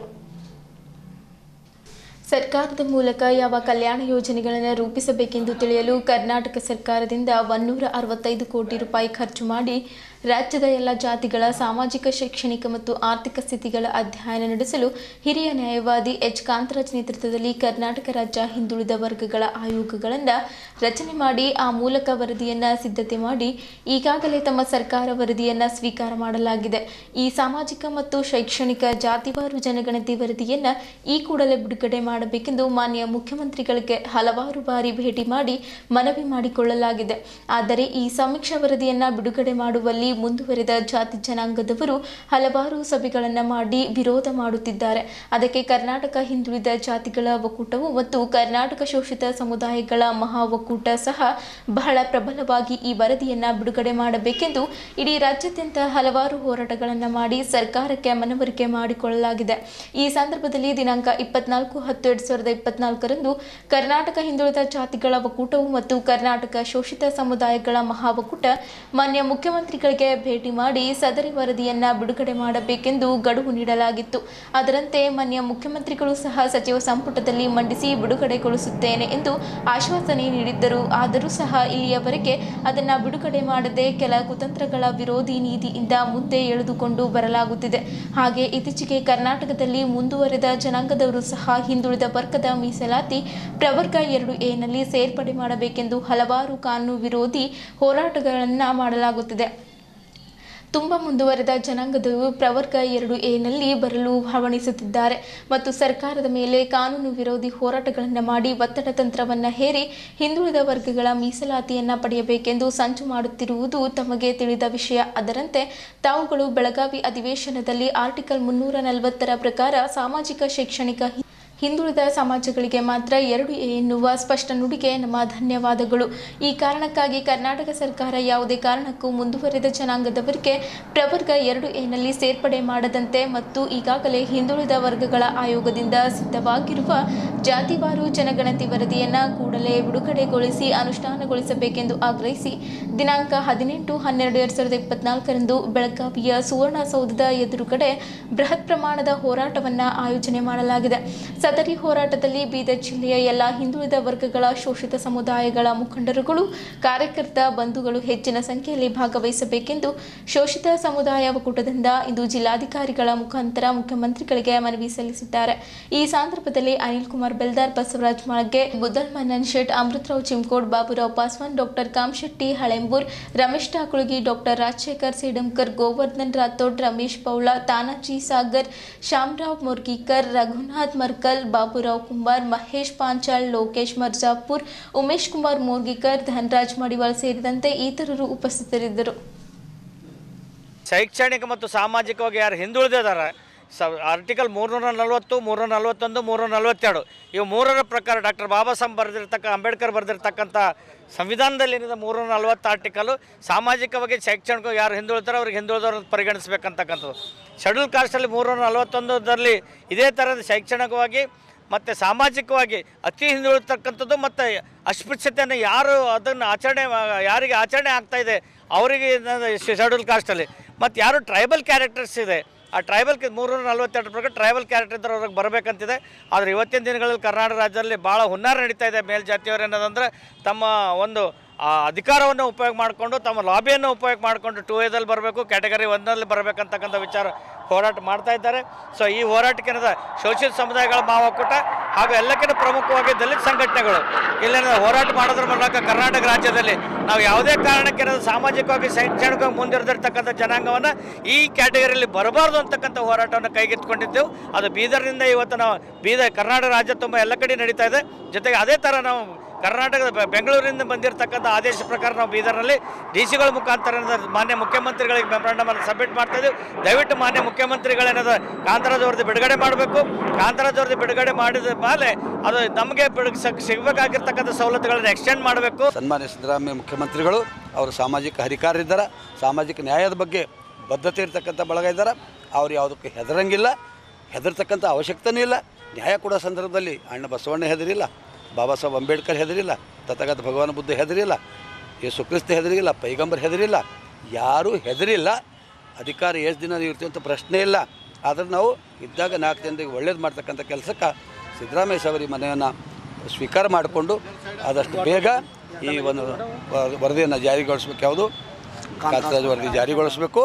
ಮತ್ತು ಮೇಲ್ವರ್ಗದ ಬಳಗ ಶ್ರೀಮಂತರು ಇರ್ತಕ್ಕಂಥವ್ರು ಈ ಸೆಕೆಂಡ್ ಏನಲ್ಲಿ ಬಂದು ಬಡವರಿಗೆ ಇರ್ತಕ್ಕಂಥ ಹಕ್ಕನ್ನು ಕಸ್ಕೊಳ್ಬಾರ್ದು. ಅದಕ್ಕಂಥ ಸರ್ಕಾರ ಈ ವಿಷಯಗಳನ್ನು ಮನಗಂಡು ಜಾರಿಗೆ ತರಬೇಕು. ಮತ್ತು ಹೋರಾಟ ಮಾಡೋರಿಗೆ ಕಳಕಳಿಯಿಂದ ಮನವಿ ಮಾಡ್ತೀನಿ, ನಿಮ್ಮ ಜೊತೆಯಲ್ಲಿ ಬಾಜುದ ಕಮ್ಜೋರಿಗೆ ಕರ್ಕೊಂಡು ಹೋಗ್ತಕ್ಕಂಥ ಮನವಿ ಶ್ರೀಮಂತರಿಗೆ ಮಾಡ್ತೀವಿ. ಸರ್ಕಾರ ಯಾವುದಕ್ಕೆ ಹೆದರಲಾರ್ದು ಈ ಮನವಿಯನ್ನು ಸ್ವೀಕರಿಸಿ ಈ ಶೋಷಿತರ, ದೀನ ದಲಿತರ, ಹಿಂದುಳಿದರ ಏಳಿಗೆ ಸಹಿಸಲ್ಪಟ್ಟ ಶಕ್ತಿಗಳು ಅದಕ್ಕೆ ಅನೇಕ ಸಾರಿ ಆ ವರದಿಯನ್ನು ಜಾರಿ ಮಾಡೋದಕ್ಕೆ ತಡೆ ಹಿಡಿತಾ ಇದ್ದಾರೆ. ಅದಕ್ಕೆ ನಾವು ತೀವ್ರವಾಗಿ ಖಂಡಿಸ್ತೇವೆ. ಅದರಂತೆ ಈಗ ಅಧಿವೇಶನ ನಡೀತಾ ಇದೆ, ಬೆಳಗಾವಿ ಅಧಿವೇಶನ. ಸನ್ಮಾನ್ಯ ಸಿದ್ದರಾಮಯ್ಯನವರು ಯಾವುದೇ ಒಂದು ತಂತ್ರಕ್ಕೆ ಆಗಲಿ ಕುತಂತ್ರಕ್ಕಾಗಲಿ ಯಾವುದೇ ಒಂದು ಷಡ್ಯಂತ್ರಕ್ಕೆ ಬಲಿಯಾಗದೆ ಶೋಷಿತರ, ದೀನ ದಲಿತರ ನಮ್ಮ ಹೆಮ್ಮೆಯ ನಾಯಕರು ಈ ರಾಜ್ಯದಲ್ಲಿ, ದೇಶದಲ್ಲಿ ಯಾರಾದರೂ ಇವತ್ತಿನ ಕಾಲದಲ್ಲಿ, ಇವತ್ತಿನ ಜಾನಮಾನದಲ್ಲಿ ಮುಖ್ಯಮಂತ್ರಿ ಸನ್ಮಾನ್ಯ ಸಿದ್ದರಾಮಯ್ಯನವರಿದ್ದಾರೆ. ಸನ್ಮಾನ್ಯ ಸಿದ್ದರಾಮಯ್ಯನವರಿಗೆ ಈ ರಾಜ್ಯದ ಕೋಟಿ ಕೋಟಿ ಶೋಷಿತರ, ದಲಿತರ ಪರವಾಗಿ ನಾವು ವಿನಂತಿಸಿಕೊಳ್ಳುತ್ತೇವೆ. ತಕ್ಷಣ ಕಾಂತರಾಜ್ ವರದಿಯನ್ನು ಸ್ವೀಕರಿಸಿ ಅದನ್ನು ಬಿಡುಗಡೆ ಮಾಡಲೇಬೇಕು. ನಾವು ಯಾರ್ದು ಹಕ್ಕು ಹೊಡಿತಾ ಇಲ್ಲ, ನಾವು ಯಾರ್ದೇನು ಮತ್ತೊಂದು ಏನು ಕಸ್ಕೋತಾ ಇಲ್ಲ. ನಮ್ಮ ಹಕ್ಕುಗಳನ್ನು ನಮ್ಮ ಶೈಕ್ಷಣಿಕವಾಗಿ ಹಿಂದುಳುವಿಕೆ, ಆರ್ಥಿಕವಾಗಿ ಮತ್ತಿತರ ಎಲ್ಲ ಒಂದು ಹಿಂದುಳಿದ ಜಾತಿಯ ಅಭಿವೃದ್ಧಿ ಆಗಬೇಕಾಗಿ ಈ ಒಂದು ಹಿನ್ನೆಲೆಯಲ್ಲಿ ನಾವು ಇವತ್ತು ಬೀದರ್ ಜಿಲ್ಲೆಯಲ್ಲಿ ಸಾಂಕೇತಿಕವಾಗಿ ಏನೋ ಮನವಿ ಕೊಡ್ತಾ ಇದ್ದೇವೆ ಮಾನ್ಯ ಜಿಲ್ಲಾಧಿಕಾರಿಗಳ ಮುಖಾಂತರ ಮಾನ್ಯ ಸಿದ್ದರಾಮಯ್ಯನವರಿಗೆ. ಮತ್ತು ನಾಳೆ 18ನೇ ತಾರೀಕಿನಿಂದ ಬೆಳಗಾವಿ ಅಧಿವೇಶನದಲ್ಲಿನೇ ಭಾಳ ದೊಡ್ಡ ಸಂಖ್ಯೆಯಲ್ಲಿ ಇಡೀ ರಾಜ್ಯದ ಎಲ್ಲ ಶೋಷಿತ ಸಮುದಾಯಗಳ ಮುಖಂಡರುಗಳು, ಹೋರಾಟಗಾರರು, ಕಾರ್ಯಕರ್ತರು ಸಾವಿರ ಸಂಖ್ಯೆಯಲ್ಲಿ ಅಲ್ಲಿ ಸೇರ್ತಾ ಇದ್ದೀವಿ. ಅದಕ್ಕೆ ನಾನು ತಮ್ಮ ಮಾಧ್ಯಮದ ಮುಖಾಂತರ ಮತ್ತೊಮ್ಮೆ ರಾಜ್ಯದ ಮುಖ್ಯಮಂತ್ರಿಗಳಿಗೆ ಮತ್ತು ಅವರ ಕ್ಯಾಬಿನೆಟ್ನಲ್ಲಿದ್ದಂಥ ಎಲ್ಲ ಸಚಿವರಿಗೂ ಸಹ ನಾವು ಮನವಿ ಮಾಡುತ್ತೇವೆ. ಶೋಷಿತರ ಏಳಿಗೆಯಾಗಿ ತಾವೆಲ್ಲರೂ ಕೈ ಜೋಡಿಸಿ ಸಿದ್ದರಾಮಯ್ಯನವರ ಕೈ ಬಲಪಡಿಸಿ ನಮ್ಮ ಕಾಂತರಾಜ್ ವರದಿ ಕೂಡಲೇ ಜಾರಿಗೆ ಬರಬೇಕಂತ ಆಗ್ರಹಿಸ್ತೇನೆ. ಅನ್ನದಾಸೋಹದ ಜೊತೆಗೆ ಈ ಭಾಗದಲ್ಲಿ ಅಕ್ಷರ ದಾಸೋಹ ಬಿತ್ತಬೇಕೆಂಬ ಸಂಕಲ್ಪ 8ನೇ ಪೀಠಾಧಿಪತಿ ಪರಮ ಪೂಜ್ಯ ಡಾಕ್ಟರ್ ಶರಣಬಸಪ್ಪ ಅಪ್ಪ ಅವರದ್ದಾಗಿತ್ತು. ಅದರಂತೆ 1934ರಲ್ಲಿ ಶರಣಬಸವೇಶ್ವರ ವಿದ್ಯಾವರ್ಧಕ ಸಂಘ ಸ್ಥಾಪಿಸಿ ಕಲ್ಯಾಣ ಕರ್ನಾಟಕದಲ್ಲಿ ದಾಸೋಹದ ಜೊತೆಗೆ ಶೈಕ್ಷಣಿಕ ಕ್ರಾಂತಿ ಮಾಡಿ ಇಲ್ಲಿಯ ಪ್ರತಿಭಾವಂತ ಬಡ ವಿದ್ಯಾರ್ಥಿಗಳ ಪಾಲಿಗೆ ದೈವ ಸಂಜಾತರಾಗಿದ್ದಾರೆ ಎಂದು ಶ್ರೀ ಶರಣಬಸವೇಶ್ವರ ವಿದ್ಯಾವರ್ಧಕ ಸಂಘದ ಕಾರ್ಯದರ್ಶಿ ಬಸವರಾಜ್ ದೇಶಮುಖ್ ತಿಳಿಸಿದ್ದರು. ಜಿಲ್ಲಾ ಪತ್ರಿಕಾ ಭವನದಲ್ಲಿ ಸುದ್ದಿಗೋಷ್ಠಿ ಉದ್ದೇಶಿಸಿ ಮಾತನಾಡಿದ ಅವರು, ಮೊದಲು ಮಹಿಳಾ ಶಿಕ್ಷಣಕ್ಕೆ ಒತ್ತು ನೀಡಲು ಪೂಜ್ಯರು ಈ ಸಂಘ ಸ್ಥಾಪನೆ ಮಾಡಿದ್ದರು. ಮೊದಲು ಕಲಬುರಗಿ ಬಸವ ಕಲ್ಯಾಣದಲ್ಲಿ ಶಾಲೆ ಪ್ರಾರಂಭಿಸಿ ನಂತರದಲ್ಲಿ ಬೀದರ್ ಮತ್ತು ಸುರಪುರದಲ್ಲಿ ಶಾಲಾ ಕಾಲೇಜುಗಳು ಪ್ರಾರಂಭಿಸಿದ್ದರು. ಪೂಜ್ಯರ ಸಂಕಲ್ಪವನ್ನು ಪರಿಪೂರ್ಣ ಮಾಡುವ ಉದ್ದೇಶ ಹೊಂದಿದ್ದೇವೆ ಎಂದರು. ಪೂಜ್ಯರ ಆಶಯದಂತೆ ಬಡ ಮಕ್ಕಳನ್ನು ಪ್ರತಿಭಾವಂತರನ್ನಾಗಿ ಮಾಡುವ ಉದ್ದೇಶದಿಂದ ರಚನಾತ್ಮಕ ಚಟುವಟಿಕೆಗಳನ್ನು ಹಮ್ಮಿಕೊಳ್ಳಲಾಗುತ್ತದೆ. ಸ್ಪರ್ಧಾತ್ಮಕ ಪರೀಕ್ಷೆಗಳನ್ನು ನಡೆಸಿ ವಿದ್ಯಾರ್ಥಿಗಳ ಜಾಣತನ ಪರೀಕ್ಷಿಸಲಾಗುತ್ತಿದೆ. ಗುಣಾತ್ಮಕ ಹಾಗೂ ಪರಿಣಾಮಕಾರಿ ಶಿಕ್ಷಣ ನೀಡುವ ಗುರಿ ನಮ್ಮದಾಗಿದ್ದು, ಜಿಲ್ಲೆಯ ಸಹಕಾರ ಹಾಗೂ ಸಹೃದಯತೆ ನಿರಂತರವಾಗಿ ಸದಾ ನಮ್ಮ ಪೂಜ್ಯರು ಹಾಗೂ ಸಂಸ್ಥೆಯ ಮೇಲಿರಲಿ ಎಂದು ಆಶಿಸಿರುವುದಾಗಿ ದೇಶಮುಖ್ ಹೇಳಿದ್ದರು. ಶ್ರೀ ಶರಣಬಸವೇಶ್ವರ ಪದವಿ ಪೂರ್ವ ಮಹಾವಿದ್ಯಾಲಯದ ಪ್ರಾಚಾರ್ಯರಾದ ಡಾಕ್ಟರ್ ಸತೀಶ್ ಬಿ ಪ್ರತಾಪ್ಪುರೆ ಮಾತನಾಡಿ, ಜಿಲ್ಲೆಯಲ್ಲಿ ಶರಣಬಸವೇಶ್ವರ ವಿದ್ಯಾವರ್ಧಕ ಸಂಘದ ಮೂಲಕ ಶ್ರೀ ಶರಣಬಸವೇಶ್ವರ ಪದವಿ ಪೂರ್ವ ಮಹಾವಿದ್ಯಾಲಯದಲ್ಲಿ 30 ಜನ ಬಡ ಪ್ರತಿಭಾವಂತ ವಿದ್ಯಾರ್ಥಿಗೆ ಸ್ಕಾಲರ್ಶಿಪ್ ನೀಡುವ ಮೂಲಕ ಅವರಿಗೆ ಉಚಿತ ಶಿಕ್ಷಣ ನೀಡುವ ಗುರಿ ಹೊಂದಲಾಗಿದೆ. ಈ ನಿಟ್ಟಿನಲ್ಲಿ ಡಿಸೆಂಬರ್ 22 ಹಾಗೂ 29ರಂದು ಗಣಿತ ಹಾಗೂ ವಿಜ್ಞಾನ ವಿಷಯಗಳ ಮೇಲೆ ಸ್ಪರ್ಧಾತ್ಮಕ ಪರೀಕ್ಷೆ ಹಮ್ಮಿಕೊಳ್ಳಲಾಗುತ್ತಿದೆ. ಈಗಾಗಲೇ ಗೂಗಲ್ ಫಾರಂ ಮೂಲಕ ಆನ್ಲೈನ್ ನೋಂದಣಿ ಆರಂಭಿಸಲಾಗಿದ್ದು, ಈ ವರ್ಷ ಎಸ್ಎಸ್ಎಲ್ಸಿ ಹಾಗೂ ರಾಜ್ಯದ ಪಠ್ಯಕ್ರಮ ಸಿಬಿಎಸ್ಇ ಸಿಲೆಬಸ್ ಓದುತ್ತಿರುವ ವಿದ್ಯಾರ್ಥಿಗಳು ಮೇಲೆ ತಿಳಿದು ವಿಷಯಗಳ ಮೇಲೆ ಪರೀಕ್ಷೆ ಬರೆಯಬಹುದಾಗಿದೆ.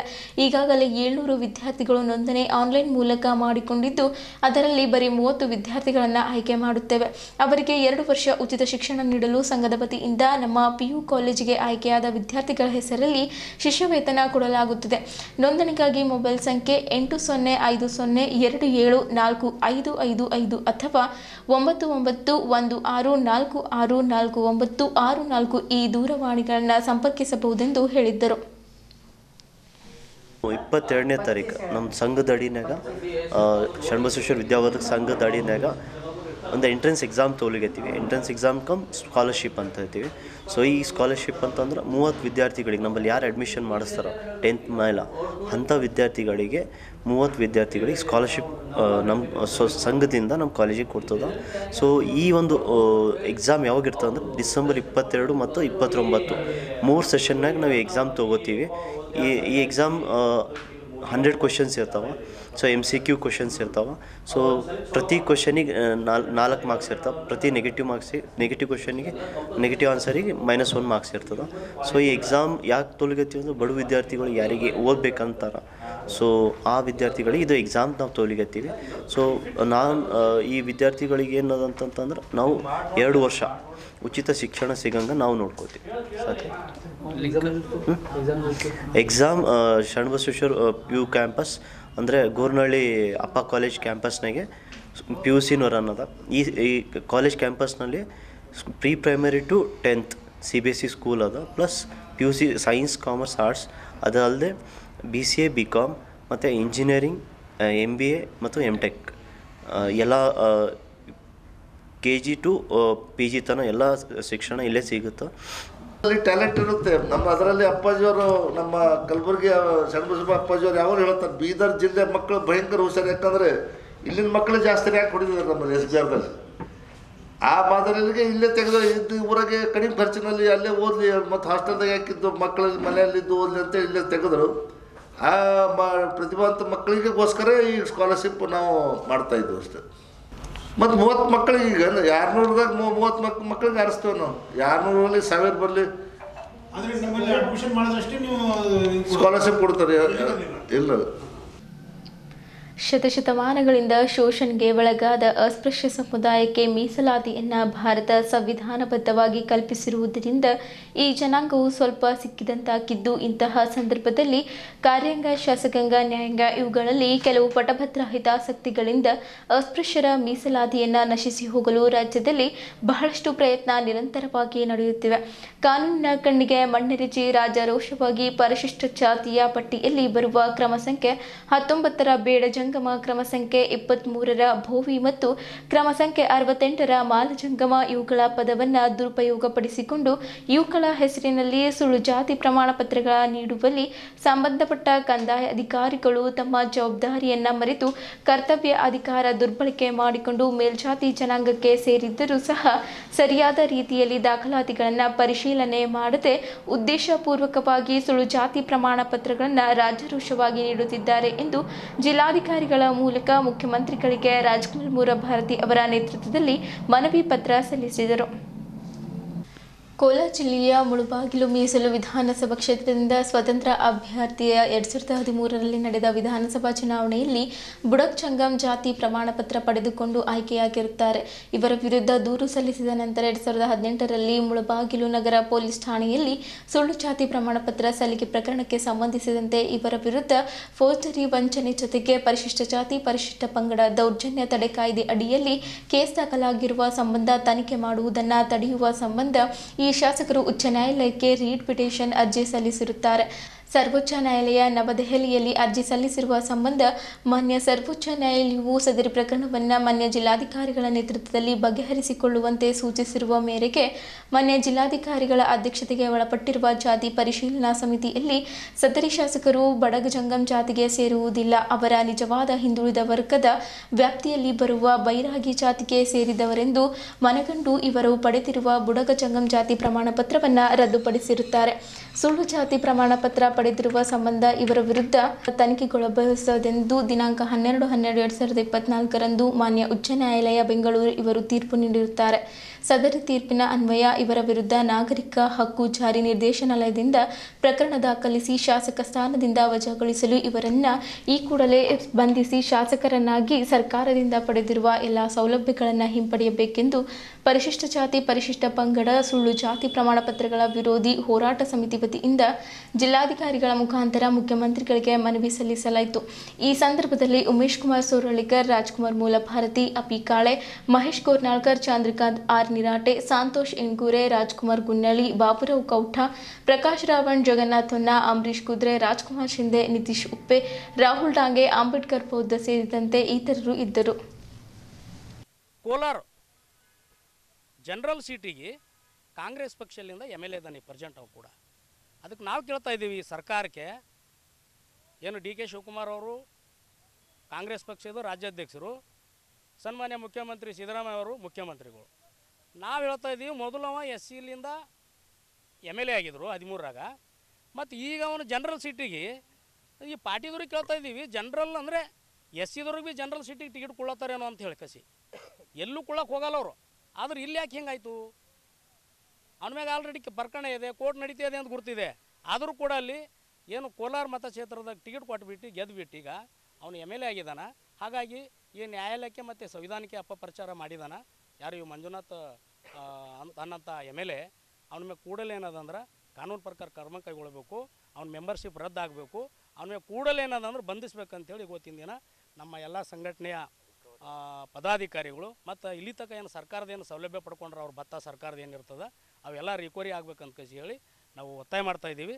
ಇವತ್ತಿನ ಮನವಿ ನಾವು ಮೂರು ಜನರಿಗೆ ನಾವು ಕಳಿಸ್ಬಿಟ್ಟಿವಿ ಮನವಿಗಳು. DK ಶಿವಕುಮಾರ್ ಅವ್ರಿಗೆ ಮನವಿ ಕೊಟ್ಟಿದ್ದೀವಿ, ಅದ್ರ ಜೊತೆ ಏನದಂದ್ರೆ ಸಮಾಜ ಕಲ್ಯಾಣ ಸಚಿವರಿಗೆ ಕೂಡ ಕೊಟ್ಟಿದ್ದೀವಿ, ಸಿದ್ದರಾಮಯ್ಯ ಅವರಿಗೂ ಕೊಟ್ಟಿದ್ದೀವಿ. ಇದು ಆಗಲೇ ಹೋದ್ರೆ ಏನದಂತಂದರೆ ನಾವು ನಿಜವಾಗಿ ಅವನ ಮೇಲೆ ಆ್ಯಕ್ಷನ್ ತೊಗೊಳ್ಳಲು ಹೋದ್ರೆ ಏನಾಗ್ತದೆ ಅಂತಂದ್ರೆ ಕಾಂಗ್ರೆಸ್ ಪಕ್ಷ ದಲಿತ ವಿರೋಧಿ ಪಕ್ಷ ಅದ ಅಂತೇಳಿ ಕಾಂಗ್ರೆಸ್ ಸರ್ಕಾರ ಈ ದಿನ ಏನಾರ ಕೇಳಿದ್ರೆ ಅದು ಕೋರ್ಟ್ದಾಗ ಅದಂತ ಹೇಳಕ್ಕೆ ಅವ್ರಿಗೆ ಒಂದು ಮಾತಿತ್ತು ರೀ. ಇವತ್ತು ಕೋರ್ಟು ಎರಡೂ ರಿಜೆಕ್ಟ್ ಮಾಡಿಬಿಟ್ಟದವ್ರಿಗೆ, ಹೈಕೋರ್ಟು ಮತ್ತು ಸುಪ್ರೀಂ ಕೋರ್ಟ್. ಒಂದು ವೇಳೆ ಕಾಂಗ್ರೆಸ್ ಸರ್ಕಾರ ಆ ವ್ಯಕ್ತಿಗೆ ಬಂಧಿಸಿ ಸುಳ್ಳು ಜಾತಿ ಪ್ರಮಾಣಪತ್ರ ತೊಗೊಂಡೇನು ಸಂವಿಧಾನಕ್ಕೆ ಅಪಪ್ರಚಾರ ಮಾಡ್ಯಾನ, ಅವಮಾನಿಸಿದಾನ, ಅವನಿಗೆ ದೇಶದ್ರೋಹದ ಕೇಸ್ ಹಾಕಿ ಅವನಿಗೆ ಜೈಲಿಗೆ ಹಾಕಿ ಪೂರಾ ಏನೇನು ಫಾಯ್ದೆ ತೊಗೊಂಡಾನ ಸರ್ಕಾರದ MLA ಆಗಿ ಆ ಎಲ್ಲ ವಾಪಸ್ ಕಳ್ಸ್ಕೊಬೇಕಾದ್ರೆ ಬಡ್ಡಿಗೆ ಸಮಾಜ ಚಕ್ರಬಡ್ಡಿ ಸಮೇತವಾಗಿ ವಾಪಸ್ ಇಸ್ಕೋಬೇಕು. ಒಂದು ವೇಳೆ ಅದು ಮಾಡಲೈತಂದ್ರೆ ನಮ್ಮ ಕಾಂಗ್ರೆಸ್ ಸರ್ಕಾರ ದಲಿತ ವಿರೋಧಿ ಅಷ್ಟೇ ಅಲ್ಲ, ಇದು ಸಂವಿಧಾನ ವಿರೋಧಿ ಕೂಡ ಕಾಂಗ್ರೆಸ್ ಸರ್ಕಾರ. ಮಾನ್ಯ ಮುಖ್ಯಮಂತ್ರಿಗಳು, ಮಾನ್ಯ ಉಪಮುಖ್ಯಮಂತ್ರಿಯವರು ಇದ್ದಾರೆ DK ಶಿವಕುಮಾರ್ ಸಾಹೇಬರು, ಮತ್ತು ಈ ನಮ್ಮ ನಾಡಿನ ಕಾಂಗ್ರೆಸ್ ಪಕ್ಷದ ರಾಜ್ಯಾಧ್ಯಕ್ಷ ಇದ್ದಾರೆ. ನಿಮಗೇನಾದರೂ ದಲಿತರ ಮೇಲೆ ಸಂವಿಧಾನ ಮೇಲೆ ಪದೇ ಸಂವಿಧಾನ ಪರವಾಗಿದ್ದೇವೆ ಅಂತ ನೀವು ಹೇಳ್ತೀರಿ, ಆದರೆ ಇವತ್ತು ನಮ್ಮದು ಹಕ್ಕು ಕಬಳಿಸ್ಕೊಂಬರಿ ನೀವು ಇಂಡೈರೆಕ್ಟಾಗಿ ಸಪೋರ್ಟ್ ಮಾಡ್ತಾಯಿದ್ರಿ. ಇದು ಏನು ಭೀ ಮಾಡ್ಬೇಕು, ಆ ವ್ಯಕ್ತಿಗೆ ನೀವು ಜೈಲಿಗೆ ಹಾಕಿದ್ರಿ, ಸಾಯಸ್ಥಾನ ಜೀವಾವಧಿ ಶಿಕ್ಷೆ ಅಂದ್ರೆ ಯಾವುದು ಕಠಿಣ ಶಿಕ್ಷೆ ಕೊಡ್ರಿ, ಅವಾಗ ಮತ್ತೊಬ್ಬರಿಗೆ ಪಾಠ ಆಯ್ತದೆ. ಇಲ್ಲೋದ್ರೆ ನೀವೇನಪ್ಪ ಅಂದ್ರೆ ದಲಿತ ವಿರೋಧಿ ಮತ್ತು ಸಂವಿಧಾನ ವಿರೋಧಿ ಇದ್ದೀರ ಅಂತ ಹೇಳಕ್ಕೆ ನಮಗೊಂದು ರಾಜ್ಯದಲ್ಲಿ ಒಂದು ಮಾತದ. ಹಾಗಾಗಿ ನಮ್ಮ ಬೇಡಿಕೆ ಇದೆ, ರಾಜ್ಯಾದ್ಯಂತ ಇವತ್ತು ಹೋರಾಟ ನಡೀತಾ ಇದೆ. ನಮ್ಮದು ನೀವು ಪ್ರತಿಯೊಂದು ದಲಿತರಿಗೆ ಅನ್ಯಾಯ ಮಾಡ್ತಾಯಿದ್ರಿ. ಇವತ್ತು ಪ್ರತಿಯೊಂದು ಕ್ಷೇತ್ರದಾಗ ದಲಿತರಿಗೆ ನೀವು ಸಪೋರ್ಟ್ ಮಾಡ್ತಾಯಿಲ್ಲ. ಅದಾಗ ವಿಶೇಷವಾಗಿ ಬಲಗೈ ಆಗಲಿ ಎಡಗೈ ಆಗಲಿ ವಿಶೇಷವಾಗಿ ಬಾಬಾ ಸಾಹೇಬ್ರ ಅನ್ಯಾಯಗಳಿಗೆ ನೀವು ಧೋಖಾ ಮಾಡ್ತಾಯಿದ್ರಿ. ಇದು ಇವತ್ತು ಎಲ್ಲರಿಗೂ ಜಾಗೃತಿ ಆಗ್ತದೆ ಜನ. ನೀವು ಹಾಗಾಗಿ ಇದು ಅಂಬೇಡ್ಕರ್ ಸಾಹೇಬ್ರಿಗೆ ಅವಮಾನ ಮಾಡ್ದಂಗೆ, ಸಂವಿಧಾನಕ್ಕೆ ಭೀ ಅವಮಾನ ಮಾಡ್ದಂಗೆ, ದಲಿತರಿಗೆ ಅವಮಾನ ಮಾಡ್ದಂಗೆ ಕೂಡಲೇ ಎಚ್ಚೆತ್ಕೊಂಡು ಈ ಸುದ್ದಿಯನ್ನು ತಮಗೆ ಮುಟ್ಟಿದ ತಕ್ಷಣ ಆ ಕೊತ್ತೂರು ಮಂಜುನಾಥ್ಗೆ ಜೈಲಿಗೆ ಹಾಕಬೇಕಂತೇಳಿ ನಮ್ಮ ಮನವಿ ಇದೆ. ಇದೇ ತಿಂಗಳ 21ರಂದು ಕರ್ನಾಟಕ ರಾಜ್ಯ ಸರ್ಕಾರಿ ನೌಕರರ ಸಂಘದ ಬೀದರ್ ಜಿಲ್ಲಾಧ್ಯಕ್ಷರ ಜಿಲ್ಲಾ ಖಜಾಂಚಿ ಹಾಗೂ ರಾಜ್ಯ ಪರಿಷತ್ ಸದಸ್ಯರ ಚುನಾವಣೆ ನಿಗದಿಗೊಳಿಸಿ ರಾಜ್ಯ ಸರ್ಕಾರಿ ನೌಕರರ ಚುನಾವಣಾ ಅಧಿಕಾರಿಗಳು ಆದೇಶಿಸಿದ್ದಾರೆ ಎಂದು ಬೀದರ್ ಜಿಲ್ಲಾ ಚುನಾವಣಾಧಿಕಾರಿಗಳಾದ ಬಸವರಾಜಸ್ವಾಮಿ ತಿಳಿಸಿದ್ದರು. ನಗರದ ಜಿಲ್ಲಾ ಪತ್ರಿಕಾ ಭವನದಲ್ಲಿ ಕರೆದ ಸುದ್ದಿಗೋಷ್ಠಿ ಉದ್ದೇಶಿಸಿ ಮಾತನಾಡಿದ ಅವರು, ಡಿಸೆಂಬರ್ 21ರಂದು ಚುನಾವಣಾ ದಿನಾಂಕ ಮಾರ್ಪಡಿಸಿದ ಪರಿಷ್ಕೃತ ವೇಳಾಪಟ್ಟಿ ಬಗ್ಗೆ ವಿವರಣೆ ನೀಡಿರುವ ಅವರು, ಕರ್ನಾಟಕ ಉಚ್ಚ ನ್ಯಾಯಾಲಯ ಕಲಬುರಗಿ ವಿಭಾಗೀಯ ಪೀಠದ WP ಸಂಖ್ಯೆ 203405ರ ಆದೇಶದ ಮೇರೆಗೆ ಕರ್ನಾಟಕ ರಾಜ್ಯ ಸರ್ಕಾರಿ ನೌಕರರ ಸಂಘದ 2024-29ನೇ ಅವಧಿಯ ಬೀದರ್ ಜಿಲ್ಲಾ ಶಾಖೆಯ ಜಿಲ್ಲಾಧ್ಯಕ್ಷ ಚುನಾವಣೆ ಡಿಸೆಂಬರ್ 21ರಂದು ನಡೆಯಲಿದೆ ಎಂದು ಮಾತನಾಡುತ್ತಾ ಹೇಳಿದ್ದರು. ಡಿಸೆಂಬರ್ 21ರಂದು ಬೀದರ್ ಜಿಲ್ಲಾ ಸಂಘದ ಜಿಲ್ಲಾಧ್ಯಕ್ಷರು, ಜಿಲ್ಲಾ ಖಜಾಂಚಿ ಮತ್ತು ರಾಜ್ಯ ಪರಿಷತ್ ಸ್ಥಾನದ ಚುನಾವಣಾ ವೇಳಾಪಟ್ಟಿ ಬಿಡುಗಡೆ ಮಾಡಲಾಗಿದೆ ಎಂದರು. ನಗರದ ಸರ್ಕಾರಿ ನೌಕರರ ಭವನದ ಮೇಲೆ ತಿಳಿಸಿದ ದಿನಾಂಕದಂದು ಅಂದು ಬೆಳಗ್ಗೆ 9 ಗಂಟೆಯಿಂದ ಸಾಯಂಕಾಲ 4 ಗಂಟೆಯವರೆಗೆ ಚುನಾವಣೆ ನಿಗದಿಯಾದ ಬಳಿಕ ಮತ ಎಣಿಕೆ ಪ್ರಕ್ರಿಯೆ ಆರಂಭಿಸಲಾಗುವುದು. ಜಿಲ್ಲೆಯಲ್ಲಿ ಸುಮಾರು 72 ಮತದಾರರಿದ್ದರೂ ಅದರಲ್ಲಿ ಒಬ್ಬರು ವಿಚಾರಣಾ ಖೈದಿ ಆಗಿರುವುದರಿಂದ ಅವರು ಮತ ಚಲಾಯಿಸುವುದು ಅನುಮಾನವಾಗಿದೆ. ಅವರ ವಿಚಾರಣೆ ಮುಗಿದರೆ ಹಾಗೂ ಅವರು ದೋಷಮುಕ್ತವಾದರೆ ಮತ ಚಲಾಯಿಸಬಹುದು. ಈ ಚುನಾವಣೆಯಲ್ಲಿ ಎಲ್ಲ ತಾಲೂಕಿನ ತಾಲೂಕಾಧ್ಯಕ್ಷರು ಹಾಗೂ ಜಿಲ್ಲಾ ಸಂಘದ ನಿರ್ದೇಶಕರು ಈ ಚುನಾವಣೆಯಲ್ಲಿ ಮತದಾರರಾಗಿರುತ್ತಾರೆ. ಮತದಾರರು ನಿರ್ಭಯದಿಂದ ಮತದಾನ ಮಾಡಬಹುದಾಗಿದೆ ಎಂದು ಜಿಲ್ಲಾ ಚುನಾವಣಾಧಿಕಾರಿ ಬಸವರಾಜಸ್ವಾಮಿ ತಿಳಿಸಿದ್ದರು. ಜಿಲ್ಲಾಧ್ಯಕ್ಷರ ಚುನಾವಣೆಯಲ್ಲಿ ಹಾಲಿ ಜಿಲ್ಲಾ ಅಧ್ಯಕ್ಷ ರಾಜೇಂದ್ರ ಕುಮಾರ್ ಗನ್ಗೆ, ಸೋಮಶೇಖರ್ ಬಿರಾದರ್ ಚಿದ್ರಿ ಹಾಗೂ ಬಬ್ರು ವಾಹನ್ ಸ್ಪರ್ಧಿಸುತ್ತಿದ್ದಾರೆ. ಜಿಲ್ಲಾ ಖಜಾಂಚಿ ಚುನಾವಣೆಯಲ್ಲಿ ದೇವಪ್ಪ ಹಾಗೂ ಮನೋಹರ್ ಕಾಶಿ ಮತ್ತು ರಾಜ್ಯ ಪರಿಷತ್ ಚುನಾವಣೆಯಲ್ಲಿ ರಾಜ್ಕುಮಾರ್ ಮಾಳ್ಗೆ ಹಾಗೂ ಬಸವರಾಜ್ ಕಣದಲ್ಲಿರುವರು ಎಂದು ಹೇಳಿದ್ದರು. ಈ ಪತ್ರಿಕಾಗೋಷ್ಠಿಯಲ್ಲಿ ಸಹಾಯಕ ಚುನಾವಣಾಧಿಕಾರಿ ರಾಚಯ್ಯ ಸ್ವಾಮಿ ಉಪಸ್ಥಿತರಿದ್ದರು. 21/12/2024ರಂದು ಈ ಚುನಾವಣೆಯನ್ನು ನಾವು ನಡೆಸ್ತಾ ಇದ್ದೇವೆ. ಆ ಚುನಾವಣೆ ನಡೆಸಲಿಕ್ಕೆ ಎಲ್ಲರ ಸಹಕಾರ ಇದೆ ಅಂತ ಹೇಳಿ ನಾವು ಭಾವಿಸುತ್ತಾ, ಜೊತೆಗೆ ಜಿಲ್ಲಾಡಳಿತ, ಪೊಲೀಸ್ ಸಿಬ್ಬಂದಿ, ಪೊಲೀಸ್ ಆಡಳಿತ, ಆಮೇಲೆ ಎಲ್ಲ ತಮ್ಮ ಮಾಧ್ಯಮ ಮಿತ್ರರಿಗೂ ಸಹಿತ ನಾನು ವಿನಂತಿಸಿಕೊಳ್ಳೋದಂದರೆ, ಸಣ್ಣ ಪುಟ್ಟ ಯಾವುದೇ ಘಟನೆಗಳಾಗಿದ್ದರೂ ಮರೆತು ನಮಗೆ ಸಹಕರಿಸಿ ಮಾರ್ಗದರ್ಶನ ಮಾಡಿ ಈ ಚುನಾವಣೆ ಅಧಿಸೂಚನೆ ಟೈಮು ಚುನಾವಣೆ 21/12/2024ರಂದು ಬೆಳಗ್ಗೆ 9 ಗಂಟೆಯಿಂದ 4 ಗಂಟೆವರೆಗೆ ಚುನಾವಣೆ ಜರುಗುತ್ತದೆ. ಸರ್ಕಾರಿ ನೌಕರರ ಭವನ, ಪ್ರತಾಪ್ ನಗರ್, ಬೀದರ್ನ ಕಟ್ಟಡದಲ್ಲಿ. ಯಾವಾಗ ಚುನಾವಣೆ 4 ಗಂಟೆ ಮುಗಿದ ನಂತರ ನಾವು ಮತ ಎಣಿಕೆ ಕಾರ್ಯವು ಸಹಿತ ಪ್ರಾರಂಭ ಮಾಡುತ್ತೇವೆ. ಮತ ಎಣಿಕೆ ಮುಗಿದ ತಕ್ಷಣವೇ ನಾವು ಚುನಾವಣೆಯ ಫಲಿತಾಂಶವನ್ನು ಘೋಷಣೆ ಮಾಡುತ್ತೇವೆ.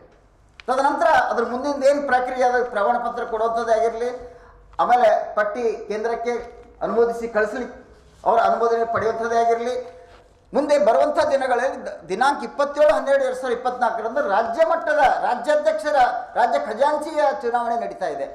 ಆ ಚುನಾವಣೆ ಪ್ರಕ್ರಿಯೆಯಲ್ಲಿ ಬೀದರ್ದ ಅಭ್ಯರ್ಥಿಗಳನ್ನು ಒಯ್ದು ನಾವು ಜೋಡಿಸಬೇಕಾಗಿದೆ. ಆ ಚುನಾವಣೆ ಪಟ್ಟಿಯಲ್ಲಿ ಇಲ್ಲಿಯ ಅಭ್ಯರ್ಥಿಗಳ ಹೆಸರನ್ನು ನಾವು ಸೇರಿಸಬೇಕಾಗಿದೆ. ಅಂಥ ಒಂದು ಕಾರ್ಯ, ಮುಂದಿನ ಜವಾಬ್ದಾರಿಯಾದಂಥ ಒಂದು ಚಾಲೆಂಜಿಂಗ್ ಕಾರ್ಯವೂ ಸಹಿತ ನನ್ನ ಹತ್ರ ಇದೆ. ಆ ಚಾಲೆಂಜಿಂಗ್ ಕಾರ್ಯ ನಾನು ಸುಸೂತ್ರವಾಗಿ ತಮ್ಮೆಲ್ಲರ ಸಹಕಾರದಿಂದ ನಾನು ಮಾಡುತ್ತೇನೆ ಅನ್ನುವಂಥ ಭರವಸೆಯನ್ನು ಕೊಡುತ್ತಾ, ಇಲ್ಲಿಯವರೆಗೂ ಸುದ್ದಿ ಕೊಟ್ಟಿದ್ದು ನಾನು ಪ್ರಭಾವತಿ. ಮುಂದಿನ ಸುದ್ದಿಯೊಂದಿಗೆ ಮತ್ತೆ ಭೇಟಿಯಾಗೋಣ. ವಂದನೆಗಳು.